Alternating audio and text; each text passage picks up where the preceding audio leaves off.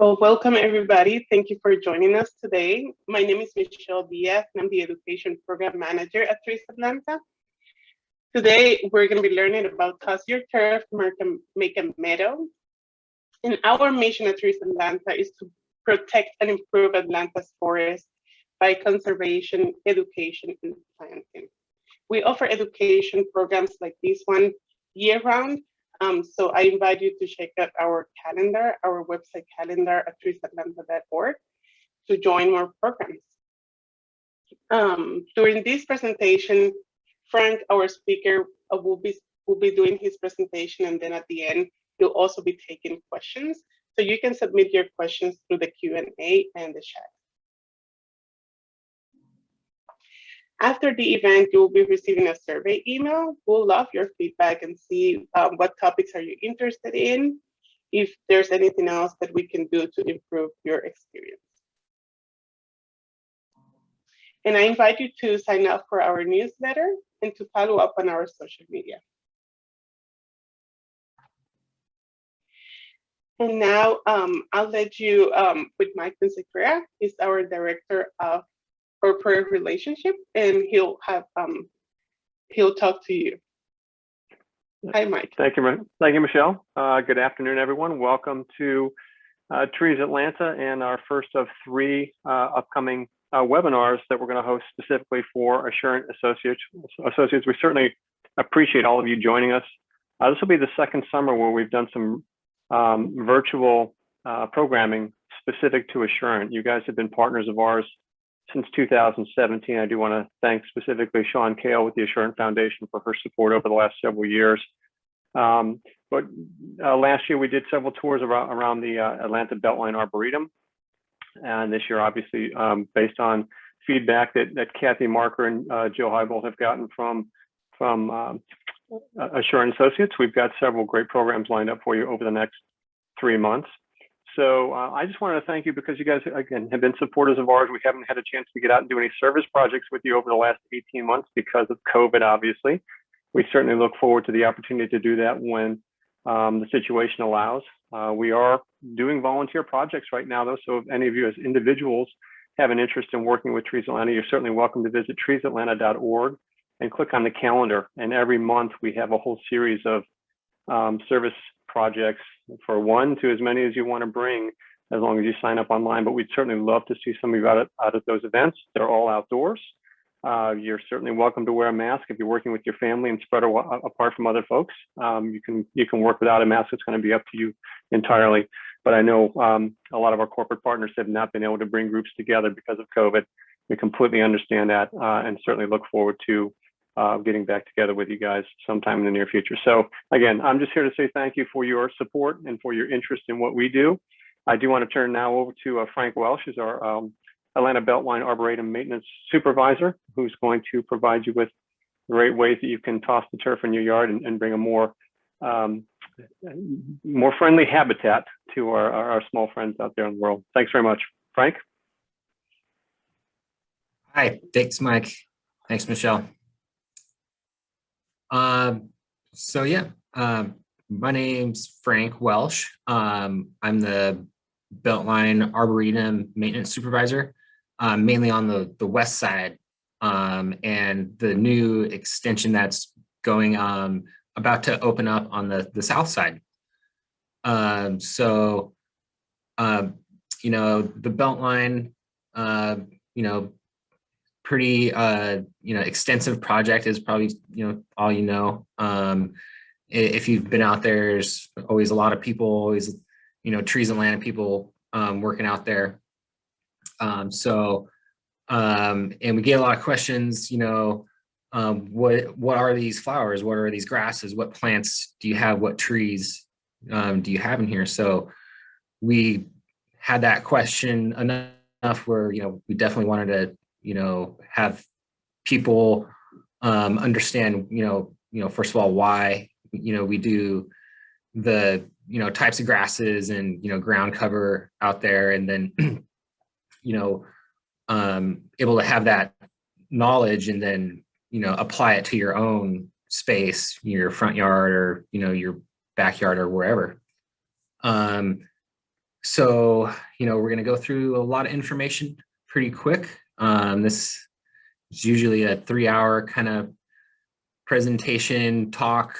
So we're going to be going kind of quick, but I'm going to leave plenty of time for questions at the end. So go ahead and share my screen.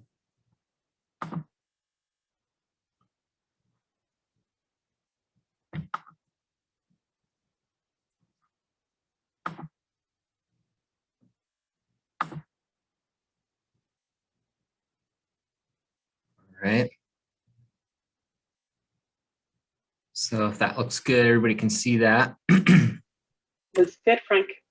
Okay. So BeltLine Arboretum. You can see kind of the map there on the side. That's some of the, the green loop is basically the BeltLine going around about 22 miles. And then we see a bunch of different connector trails, in between. So that allows people, to, go, through and to cut through if they need to go to, downtown, midtown, or, wherever in between. Not all of it's paved and perfectly done and open, obviously, but it's, coming along. We're, BeltLine is doing, they're doing as much as they can to, push the extending trail on the south side and the north side. So, basically, that 7 miles completed isn't accurate now. There's much more. I don't know the exact number now, but there's a lot more now. I would say about closer to 12 or 13. I need to update that. I didn't see that. So closer, more than half is paved and done. The 1.7 million annual, I'm sure that's changed too. Anyways, there's a lot of users, even more than the year before. So it's just going to be more of an attraction. The transit project that's coming along, probably the next 10, 12 years, but who knows? So, it's basically a giant free, public garden that people get to enjoy and and walk around and have a good time enjoying the nature and all the businesses that provide all the services with food and drinks and all that. So just a couple pictures. That looks like a good picture on the east side of BeltLine, close to Ponce City Market there. So an arboretum, we call it an arboretum. It's just a devoted space for like specific specimen plantings of trees and shrubs. It's right on, it's living museum. So one made of trees and growth for research and education and ornamental purposes. That's a pretty accurate description. So what you see out there is just acre upon acre of, trees and shrubs and grasses that, had to be planted at some point and still maintained today. So it's a living space, that's for sure, because it's always growing, it's always changing. It's just not plant it and leave it alone. So there's always something new and there's always something challenging. So, I mean, there's a lot of reasons for the BeltLine. The shade definitely is one of them, as far as like getting, being able to translate yourself from, by foot or bike on a sidewalk without being, cooked by the sun or the wind knocking you down from riding your bike. So filters air, provides shade, lowers the temperature, absorbs and slows storm water and other storm So it definitely provides, wildlife habitat, because you always see, birds and pollinators going in and out of the area. That's just one big, giant, wildlife habitat. When the area is established, you basically see what kind of nature intended, and you see a lot of wildlife, a lot of birds, amphibians, and everything else that you can think of that's supposed to be there. So the last one is Pride, City in the Forest. That's one thing that's it's basically gonna be the largest arboretum space in America. So that's also something to be pride, show your pride out there, saying Atlanta's kind of one of a kind just because of this one project. So it would be nice to educate people just from that fact. So yeah, that picture, yeah, that's about how all the BeltLine started out, kind of a mud pit, bare land, kind of like that. So we obviously planted everything, and it really, the true value is goes beyond these points here, but definitely it's good for erosion control, sediment filtration, stormwater retainment or detainment, because something that's heavy in ground cover and not just one monocrop of, say, like your grass, it's going to retain water a lot more, instead of just one type of grass that can just wash away. So the non-traditional ground cover, also, limits fossil fuels, because you don't have to be mowing it and, hiring a landscape company to, mow and blow the whole thing, 2 times a week during the summer, spring. Of course, pollinators are definitely one of the main reasons why people put in a meadow and take out their lawn. So they want to attract those butterflies and bees and hummingbirds. So that's a very important reason why the Atlanta BeltLine chose the types of species that we did, because we know the importance of keeping the pollinators happy with plenty of food. Birds, they love the amount of trees that we planted, just not around the city, but on the BeltLine. They have a special little haven because there's no traffic, and we see a lot of nests, a lot of birds of prey, and just a ton of migrational birds too. So the native ground cover, you can have color, different type of color, almost out throughout the season. It just doesn't have to be green or brown like a traditional lawn, with some ornamental plants planted here and there throughout your space. So we'll go over those some with the species here later. So those are some good pictures, different types of grasses. And then we see the mountain mint. Bees love the mountain mint, very fragrant. And there in the background, there's some of the yellow rudbeckia. So those are very popular native plants that do really well on full sun. So this looks like little blue stem, and that's another great grass that we can go over. Sorry, it's there, that one, the tip of it, that's little blue stem. And you can get that nice little, that plain meadow look with a little bit of yellow and a little bit of purple in there. It looks like some aster and some goldenrod. And there's just an endless amount of, selection that you can really choose from as far as like a meadow. So the BeltLine, has 4,000 trees or so. They're mostly native. 500,000 individual grasses and perennials. That's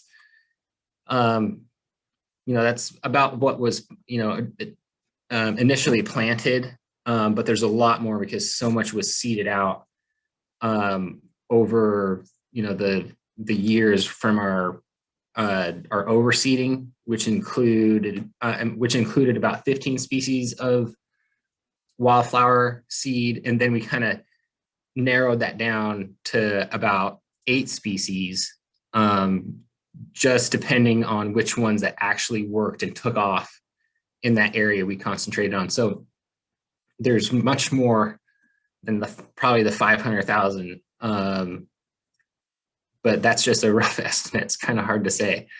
And then the 15 acres of wildflower where we're seeing, it's much more than that since we overseed the west side BeltLine, which is 18 acres basically alone.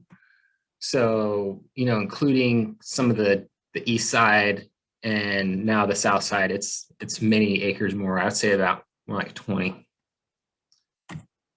So it's a lot of wildflower seed. It's hundreds of pounds of wildflower seed, which is pretty fun. There's a good picture of, that's the lance leaf coreopsis. So nice all around yellow flower.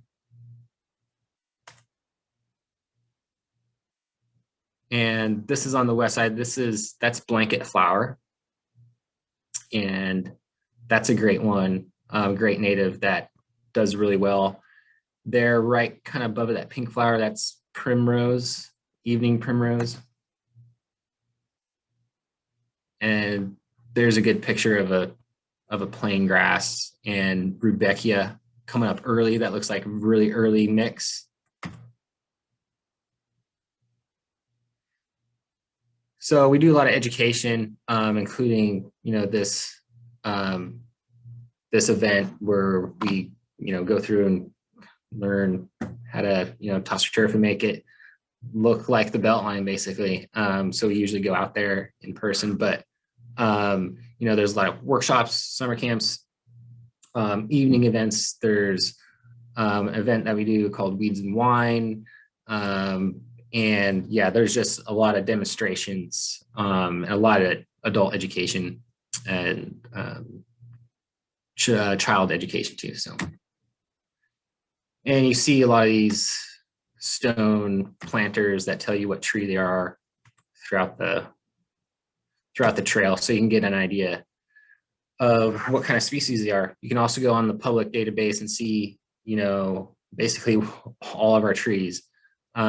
Which you'll see is if you ever really get into it, there's an insane amount of trees that we plant around. But if you're ever, on the BeltLine and you're really wondering what that exact tree is that you're looking at, you can go on to, ArcGIS, and, pull up the species. So why toss your turf? I mean, besides, attracting pollinators, and mention like how, much you have to have to maintain some of the lawns that we see. That's like a perfectly maintained like field of grass that we see there. It's good for outdoor play. That's what people see on TV. But for the most part, they're almost untouched as far as actual use. So uses a lot of water, uses a lot of energy, and it's kind of a people have to use the pesticides a lot to get this type of look. So there's just so many things wrong with the monocrop of Bermuda grass. It looks fairly good and clean, but it just doesn't do really anything for anybody. It's nice to have a little patch of grass so you can lay out on it, or have an area just to walk. But a half acre of just perfectly maintained lawn is just so much energy has to be used into that one little space.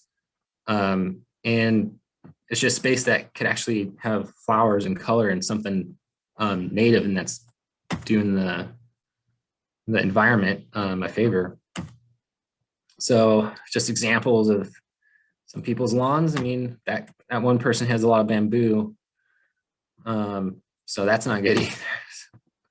There's just a joke about the bees and flowers. So yeah, I mean, it's kind of the younger generation or whatever. It's a different mindset where, okay, we don't need to be mowing the lawn, every other day or every week or whatever, to have a functional lawn or a functional space. So,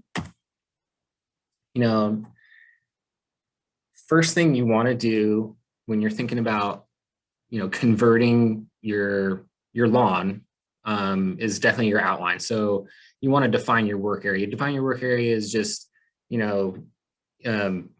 taking measurements and making sure the space that you have is your property, and it's actually workable space. So with identifying your conditions, you just want to make sure that you're taking into consideration soil, light, anything under the soil, like such as concrete, or anything, or roots from another tree, and just making sure that it's actually plantable and going to be usable for what your goals are.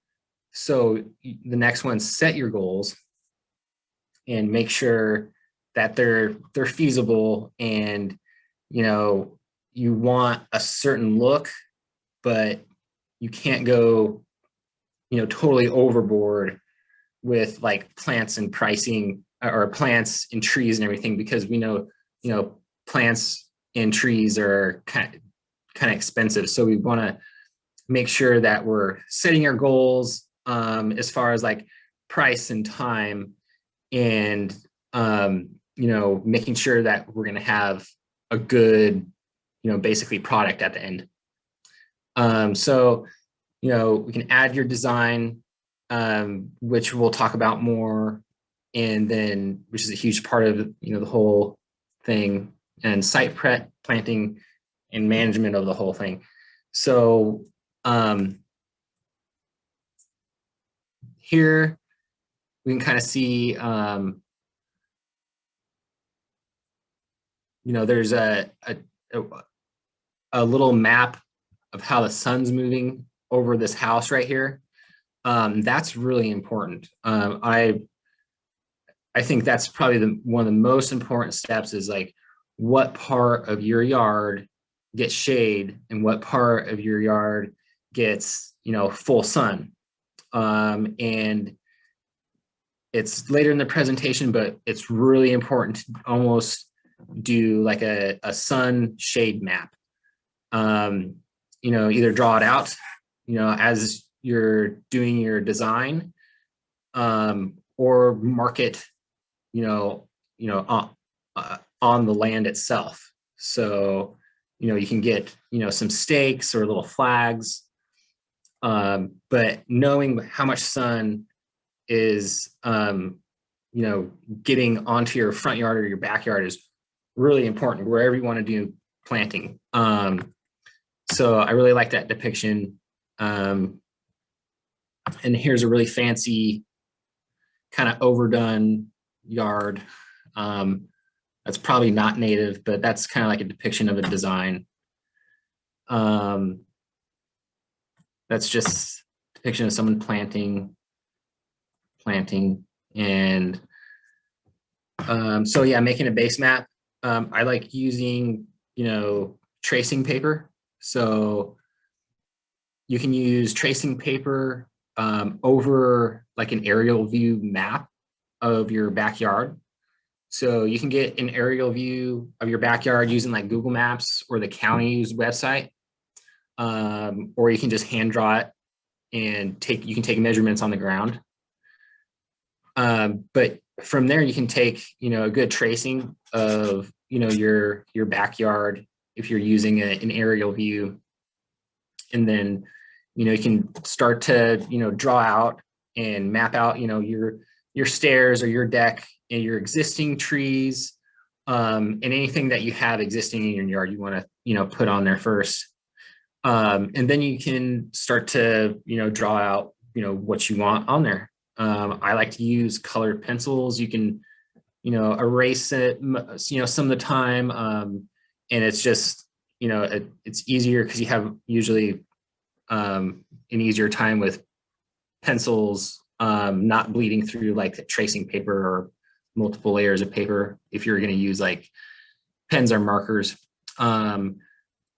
So there's little circle templates that you can buy that you can mark for like trees and like shrubs and stuff. Or if you're really good at, drawing a circle, you can do that too. So, you can, this just mentions that you can get a deed or survey to get like the best accurate scaled like map of your backyard. That's, that's definitely an option. You definitely don't have to do that because it does cost money to do it. So if you're totally lost on like where your property is, or like you're in that kind of situation, you're probably going to have to get a surveyor out there anyways.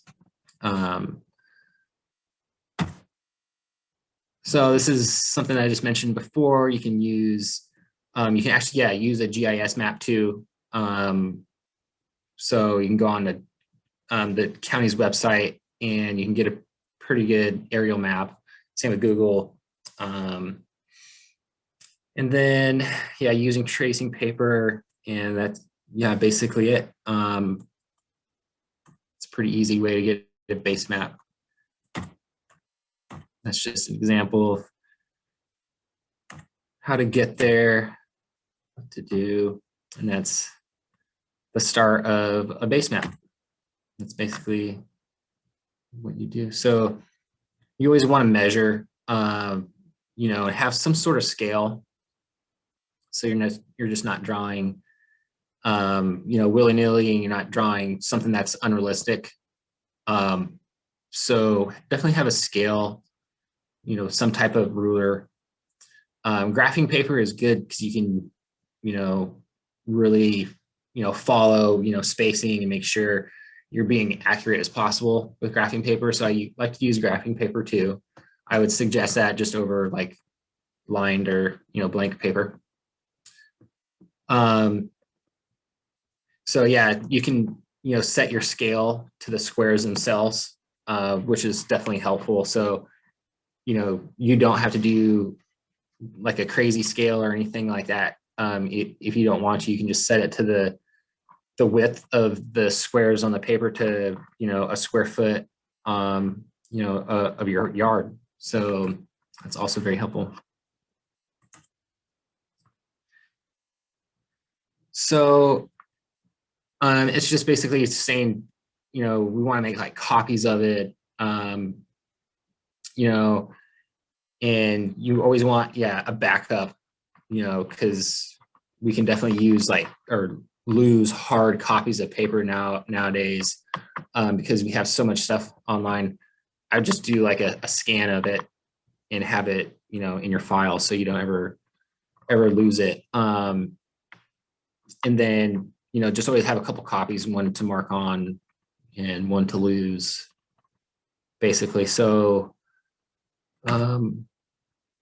you want to observe your site, first thing, sun exposure. And some of us have the luxury of, working from home and observing their light through their windows for their backyard and their front yard. So that's the first step, is to kind of observe like where you're getting sun, where you're not. this is a great scale, full sun to full shade, 6+ hours is full sun, 4 to 6 is part sun, 2 to 4 part shade. Anything less is full shade. So methods, sun chart, sun map, there's sensors, and most people just use general observation. They're just looking at their backyard. But I'm doing presentation. So, general observation is probably the best one, because the sun's going to move, obviously from summertime through the wintertime. So you're going to have a little variation, where you're getting sun. It's going to be probably even more sunny, even though the sun moves down on the horizon, because there's no leaves on the trees. So you're getting a lot of sun. So your full or part shade areas might be like part sun in the fall or winter time. So there's a lot to kind of consider just in the sun. And that's definitely one of the most important things, because you're not going to have full growth or healthy flowers or shrubs to even flower or to grow or to even have that color. If it's getting cooked, it's just going to die. If it's not getting enough sun, it might just not do anything, or might die also. So here's a chart. That's a sun chart. It's kind of complicated. Again, you're probably just sitting there observing it anyways. Here's a sun map. This gets you a good idea without really having to mark off everything in the yard, just to get an idea. This isn't a bad idea, just to, do a general observation to do a sun map. Soil type, there's full, seminars on just soil. So, there's all different types of soil. It's basically a mix of sand, silt, clay. So, sand, it's the coarse, gritty, and it drains very quickly. Doesn't have much nutrients, obviously. So once you're in your yard and you're trying to observe your conditions, soil is definitely one of them, and you want to, do, a soil sample, basically. You're going to say how, or what do I need to do to make this soil, happy, so my plant's healthy. Most of the time, if you dig down, a couple inches around here, you're going to find that red clay. So, if you're planting, you want to make a fairly large, hole. It's recommended 2 to 3 times the size of the container or the root ball. So you're going to backfill that in with, some of the natural soil, but, some kind of soil additive on there. So it has room to really spread its roots, because it's not going to grow if it can't really absorb nutrients and have its roots grow. And clay, it really hinders the roots. If it's just a clay little cup that you put it in, if you dig it in, it's probably not going to grow all that well. So we always have to think about the soil. If it's already really sandy or very silty, we'll still want to remediate that soil a little bit, so it's just not one of the extremes. Here on the triangle, you can kind of see, this, the perfect, zone, is almost kind of in the middle there. So, if you look at the 40%, 40%, and 20%, and you follow those percentages, down, you'll end up, kind of close to the middle there. But that's what we're shooting for as far as soil type. You can always do like a soil test. you can, send it to UGA extension office for UGA soil tests. There's like simple soil tests you can get from like Home Depot or, online, just to make sure the soil is healthy. And, there's a good way to, just look at the soil in your hands and kind of see if it's either sandy, silty, or clay. So here's like a little like hand test. If it's sand and you squeeze it, it's probably just going to fall apart again if it's dry. It's coarse gritty. It's not going to have, any sort of form. If it's dry, it's just going to fall apart. Silt, feels like when it's dry, it's almost like flour. And then, clay, it's really extremely fine. You can't really see an individual particle. And, it really sticks together once you pack it with your hand. It's, a ball of clay basically is solid after you squeeze it with your hand tight.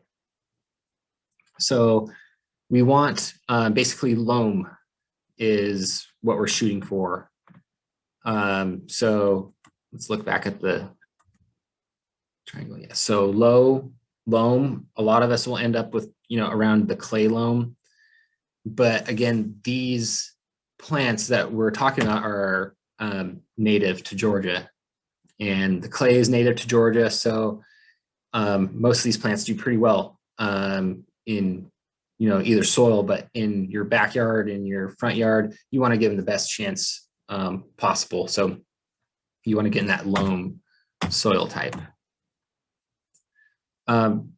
Moisture, that's always a factor, in our in our plans, because a lot of people have so much rain and sloping areas that we live in. There's a lot of wet areas and dry areas, and people want to figure out, okay, this is dry, we need to do this here, but this is so wet, what can we plant here? So we obviously are figuring out what to do with our wet and dry areas.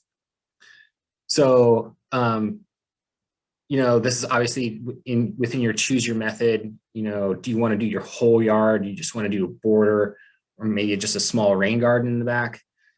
You always have to consider your budget, like I said. Maintenance needs, if you're doing your whole yard, it's going to need a lot more attention than a small rain garden in the back.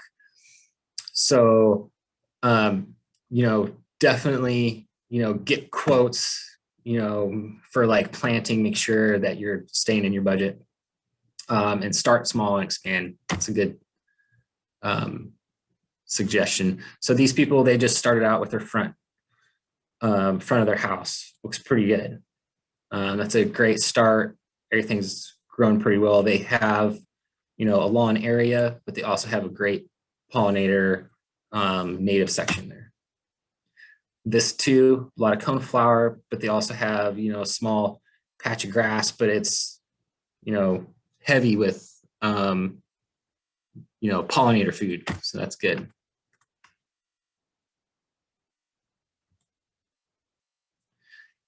So, there's, so many uses for your yard. Some people want, just a space to hang out, to eat, or to let their pets out, storage, that's kind of always an issue. What are you going to use your yard for? If it's, your family, it could be really versatile. And it could have definitely a wildflower or, native plant section or garden section like these people. These people have, a paved hardscaped area with native shrubs and wildflowers. So yard use, go on and on. They wanted it for their small chickens and their dog. Concept plan. So this is a way just to get like a simple idea, just to do like bubbles of, where you want stuff. So like, again, people still want most people still want like a lawn area where you can actually just like lay down, walk comfortably, because with the meadow and some of these really tall, plants, flowers and grasses, it's not the most comfortable to be walking straight through. So, give yourself an idea with a concept plan. Layers, that's always important. To think about layers, how tall are some of your plants are going to get, is always something you want to consider when you're selecting your plants. Besides color and what time they bloom, the size is basically going from like, you want to start from like smallest to biggest. You can go the opposite way. You can go from like your larger trees and shrubs down to your ground cover. So structural, you see your structural layers here, and then so that would be your your shrubs, really tall pollinators, and any type of like tree. So the seasonal layer is going to be your perennials that come up every year. This is depicting coneflower and some other type of perennial, but that's going to be your 2 to 3 foot size layer plant. So like most of these native wildflowers are around that height. So you have a lot to choose from in that layer. Ground cover, that's any like lower type of grass or clover. Again, you have a lot of options for the bottom layer out there. So this is getting into the aesthetics. So you want to make sure you're planting your stuff exactly where you want it, and at the same time you're kind of choosing your species too. So structural layer is going to, so trees, shrubs, it's considered the spine of the garden. So it really shapes the garden throughout the year because it's the bigger shrubs and trees. You want to be sure on these because you're not going to be having that easy of a time pulling up a tree and transplanting it. You can use hardscapes, fences, all that is just in your structural layer. So structural layer on this one is going to be that fringe tree. It looks pretty nice. So big trees and that one are the structural layer.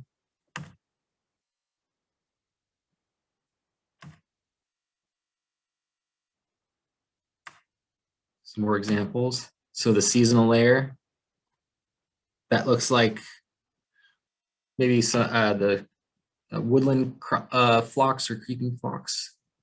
So that's the seasonal layer. That's the flowers that you're going to be seeing, throughout the year. Creates texture. A lot of people want that in the largest quantity because that's what you're going to see, in the spring and summer. A bunch of your flowers. That's what you want to see for the most part. And ornamental grasses, that's a good way to space out some of your types of flowers, so you just don't have like one solid layer of yellow or single type of wildflower. So the seasonal layer, really important. Ground layer or the ground cover layer, it's going to be the lowest one. So you're going to have stuff that creeps and grows really low, and it's really an important layer because the more ground cover that you have, the less likely the weeds are going to be popping up. So it's really important to have a strong ground cover, and you want something that's going to be perennial and covering, your ground in your garden throughout the year. So a lot of these ground covers, they provide color, they flower, and they're usually green throughout the year too. So that's an important selection. So it says, combine, all the layers basically. You can start to do, your fine tuning with some of your circle templates, with some of the trees, adding the layers. So plant selection, it's recommended that you do at least 70% native plants, and you can do like 30%, ornamental, non-natives. But if you can do full native, it's definitely possible. And there's a lot of resources and a lot of nurseries that are, starting to do a lot more native plants now. So plant selection, I mean, there's going to be a lot of ground cover plants, just like again, around 50%. That's going to be the most important. So, things to think about: color, texture, shape, different seasons. That's an important one. The longer that you can have a flower bloom or different types of species bloom throughout the year, the better. So if you can go, early spring, starting with an early yellow flower that's starting early spring, and then go throughout the year, through the summer, and ending up through fall having types of like clover and mist flower and goldenrod that really bloom later in the fall, and then some types of clover that bloom even in the winter, is probably the most ideal, to have something constantly rotating and blooming, so you always have some kind of color. I think is really the goal, and like the best way to make your native prairie really be ideal. So definitely one thing, it says fruit here, a few down the row. So that's an important one to people. There's a lot of native fruits, trees and shrubs that, produce fruit. So you can have like, a native edible garden. So that's really, sought after type of garden that people want, is an edible garden. All of these resources are great resources. Michelle's going to do a follow-up email with some of these resources, but I would say Georgia Native Plant Society is a great one, and the extension at UGA is a great one to look through and to see a lot of pictures and descriptions. So when you're doing plant selection, you're gonna definitely go through a list, and you're going to look at probably first like what everything looks like, and you're like, okay, well, I really like this plant, I really like this flower, and you're going to want to start narrowing everything down by what you actually like, and then what can actually grow in your yard. So if you have nothing but shade and you really like mountain mint and blanket flower, it's probably not going to work. So plant selection, just keep in mind your yard and your light that you have. Now, this is prepping your site. There's a lot of ways to get rid of your lawn. Methods are hand weeding everything. That's kind of a hard thing to do if you have a huge lawn. So you can hand weed, rototill, strip it, cover it, or you can spray it all out with chemicals. It takes a lot of water. You're gonna want, after you strip a lawn, you're gonna want to put soil and remediate the soil for sure. 1 to 2 inches is a good start. And that's, planting there. That's just explanation on planting. But I did want to show one thing before my time ends here. Besides code enforcement, you always have to be kind of on top of that, how your neighborhood and your HOA, if you have one, is going to be, accepting of, a different type of lawn or garden. So, these are just, ways to abide by code enforcement here. And, explaining some of your lawn. And there's just inspiration, a lot of pictures. We'll do questions, but I want to bring up a document real quick. That's important to show because I really like it for choosing plants. It's really one of the best ones.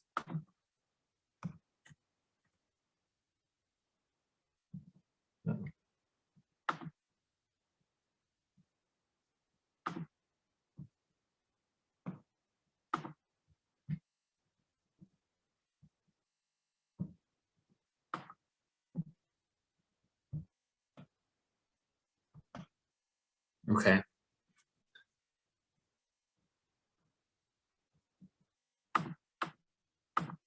So this one is probably the most important document that you'll use when selecting a plant.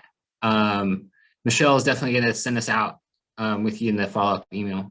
But you can see here, it has your light table. So full is for F, P is for partial, S is for shade. And this goes in trees. So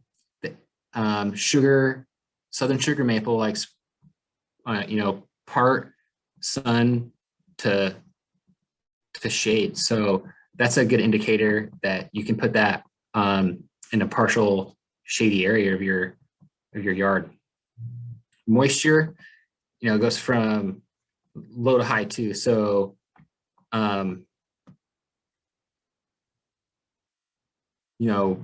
H means hydric, wet plants, periodic or often, so you just want to follow the soil moisture table. So you always want to think about that. If you have something that's going to be living in a really low part of your yard that's always wet, you're going to want something that's going to be on, the H side, hydric, wet plants. X is going to be, drought tolerant and pretty dry. So something that's full sun in the dry, high part of an area of your yard. So this is a good list, has vines, has trees, has the Latin name, and then, there's much more, but this is a good start for everything. And I really like that table. I guess, let's open up to questions because we don't have that much time left. So Frank, there's a question here about when you're thinking about how to create a meadow in your yard. This person is concerned about attracting their own kind of bugs and bees. Hornets are out there enjoying my yard, and I won't be able to enjoy it. Any suggestion on deterring those bad bugs for taking over? Just to follow up on that question, there's also a question about mosquitoes. Okay, so with hornets, I mean, unfortunately, they're gonna find like any little space or anything to get in and to create a little home.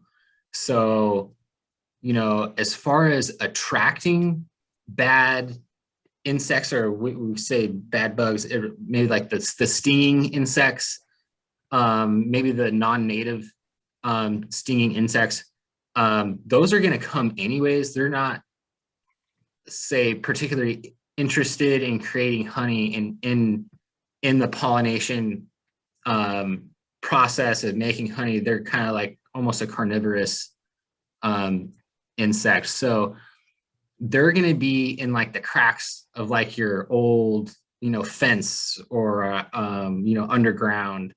So I wouldn't worry about attracting, like hornets or pollinators that you don't want. But if you're going to go heavy with pollinator or heavy with, wildflowers, you're going to get all types of, your bumblebees.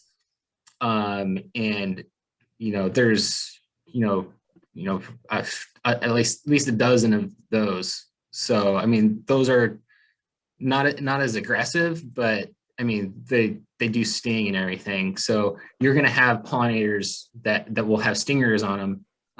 But if you don't want those around, you can do, plants that aren't particularly, largely attracted for bees. And how about mosquitoes, Frank? Do you have any plans or any tips on how to minimize mosquitoes? Yeah, I mean, any like there's not, there's very few like very fragrant plants that'll keep mosquitoes away, but you can get a hold of like plants. There's like lemongrass, herbs that are, somewhat popular, can keep mosquitoes away. But my suggestion for mosquitoes, you're not going to be planting anything that's going to automatically keep mosquitoes away, no matter how much really you plant or what you plant. So I would just say you want to keep anything invasive out of your yard. If you have English ivy in your yard, you can almost guarantee that you're going to have, mosquitoes. It's just one thing that it just retains, water, and their leaves are on the ground. They have little cups in them. And I would just say keep, water out of your yard, and, English ivy, and anything that's, keeping wet, heavy growth like kudzu and English ivy is probably the worst with mosquitoes. And I know we're getting close to the 1 p.m. mark. We're going to keep answering questions here, and you're going to be, if you need to head out, we will understand that, and you'll be getting the recording of this event. So Frank, the next question is, I have a hedge in my front yard I have hedges in my front yard that are overgrown. How much can I cut them back, and when in the year is the best time to do that? What kind of plant was it? Hedges. Hedges. Mm-hmm. Well, that kind of all depends on what the hedge is. Maybe the person is in the event can maybe explain it a little bit more. I mean, if it's a type of shrub, you can prune them back, a few. It really all depends on what it is. I mean, if you're just doing regular maintenance and you're hedging a shrub, I mean, you're only cutting a few inches off. But I mean, that's a specific question. You can hedge an evergreen plant. So that's a plant that stays green all year long, like at any time, is an okay plant, as long as you're not taking it down to the stump. I think you'll probably be okay. Right. And I think you went over these a little bit, but what are the considerations you have to make the choice what kind of tree to plant? You want to consider limit size, wildlife, water retention, and how much it varies along the whole trail. So talking about the BeltLine, what are the considerations that you're making when selecting a plant or a tree? Yeah. I mean, if it's in your backyard, just make sure, that it's getting enough light. If it's a shady plant that's, getting enough shade, I would, always consider, if you're planting trees or any like large bushes or any plant that's really going to spread, is to consider that, the size that it's going to get, just not the size that you get it when you buy it. in all these like plant explanations, you'll find, the size, height, and width, basically how, big they're going to get. So, you don't want to plant like a huge, like oak tree in like right up against your house. That's, I guess, an example that we always kind of use. Like, don't plant huge trees under power lines or right up against your house. You can get, really specific about, where you want to go, but you just have to, make sure, the size of the plant is, really important. But yeah, to consider, soil light, and other conditions, is important too. And yeah, good question. I'm sure on the BeltLine, as you're planning, designing what's going on the BeltLine, there's a lot of things to consider as well. Yeah. Especially in small places that you have to consider what's the size of the full-grown tree. Right. All right. So another question: what time of the year is best here in Atlanta to do these native plantings? So that's a good question. It's quite a process. So it can get kind of specific on, what your, specific, area looks like and what it, what species you have in there that you want to get rid of first. So if you have, a lawn that you want to get rid of, that's say Bermuda grass, and you don't want it there, for one more season, you're done with it, you're going to have to remove that, I would say now. And I would do that when it's green, because in the fall and winter time, it's going to go dormant, and it's actually really hard to get rid of when it's dormant, because the roots, they go dormant. You're not able to treat it with a chemical. And, to be honest, if you're doing anything that has to do with Bermuda, if you're removing that, if you're not digging 6 inches down, you basically want to spray it out with a targeted chemical that kills grasses. So, that's something that you want to consider, is what are you dealing with? If it's fescue, that's green all year round. So you can treat that or dig that out, any time of year. The best time to do planting and seeding are 2 different times. So seeding, you can do anytime between, starting, late fall throughout the winter from early spring.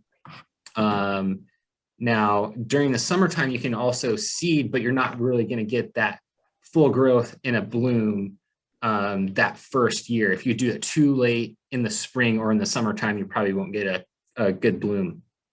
So fall's a little early, because if you have seed out there, it could, sit and rot and get eaten by birds and everything. So late winter is a good time. Early spring's a good time.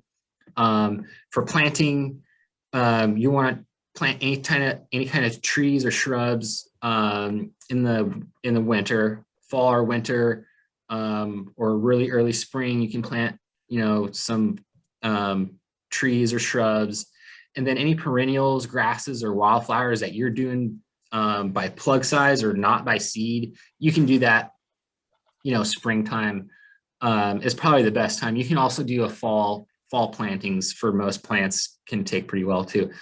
But you won't see like them grow in the winter. The purpose of a fall planting is if you do it this fall, it's going to develop a little bit of a root system. And then, if you can take care of it in the winter, it'll be nice and rooted in and ready to grow first thing, when it's able to in the spring. So fall plantings are a good option. Very good. And you mentioned chemicals, and there's a question here about any best practices to recommend as far as chemicals and pesticides. Yeah, so I would suggest, everybody here has probably heard of, the glyphosate and the, effects that it has on the environment. If it's used right, you only have to apply it once.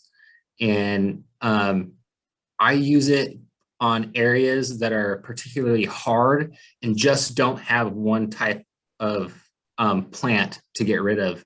So if it's a mix of grasses, really tough grasses, and like weeds and all sorts of stuff, I will use the glyphosate because that's going to get rid of everything basically the first time. If it's just a grass, I'll use a non-glyphosate. So I would like to use glyphosate if I don't have to, but sometimes we do. It's kind of inevitable part of the job. But the chemical that I use for Bermuda to get rid of is it's called grass getter. I mean, that's just a real simple chemical that's targeted for just grasses, so you won't hurt any of your wildflowers or anything else like that. So it's less harsh than glyphosate. It's less impactful on the environment. But if either one of those chemicals, if you do it right, it's they're both safe. All right, and now talking about a bit more like plant selection. This person has a backyard that has a deep slope. So it's worried about when there's more rain that the soil is washing away. What can I plant to keep the slope from washing away and not spend too much money? Well, if you're worried about anything washing away, I would, start out, planting as much as you can up the slope where the erosion is actually happening. So, to remediate any kind of water that's coming down, first of all, is a good first step. You're going to want to, have as much plants as you want. Basically, if it's washing away, you probably don't have a whole lot of plants there. If it's really shady, you have to get specific, with what plants you want that you can put in there. So you want to, start out with, I would say, a good, row or two of plants, possibly shade loving like shrubs as a good like structural layer, right? And then I would throw out, just like a cover crop of a shade loving type of plant out there, and have as much, ground cover as you can to hold that earth in. And I guess at the very bottom, if it's really, really wet, there's, a lot of, wet loving plants to kind of keep that solid. So it's just not, washing away itself too. So I would suggest, starting with the erosion, going uphill as far as you can, wherever it's needed. Great question. And I think, Frank, you've seen some of these situations on the BeltLine, right? Oh yeah. Mm-hmm. Yeah, everywhere. Yeah. All right. So another question here. We have deer that come into the yard year round. What are good plants for them? Good plants for deer, or to keep away deer? And the question says, what are good plants for them? Well, I mean, good plants for them or for their health. I mean, whatever they eat, good plants for them to eat. I mean, they'll eat almost anything. Mm-hmm. If you want to attract deer, I mean, plant almost anything. A lot of my work is to keep wildlife away. It's like not have deer eat the prairie, but they like clover, clover and any like young flowers. They'll eat. They'll eat almost anything if it's young and green. And what are good plants for butterflies and hummingbirds? For butterflies and hummingbirds. Yeah, there's so many of them. I mentioned the mountain mint. There's the wild bergamot, the the coneflower that you saw, that's that purple flower. Those are all really good, yeah, wonderful butterfly attractors and bird attractors. But for hummingbirds, I'd say specifically the right hand cardinal flower.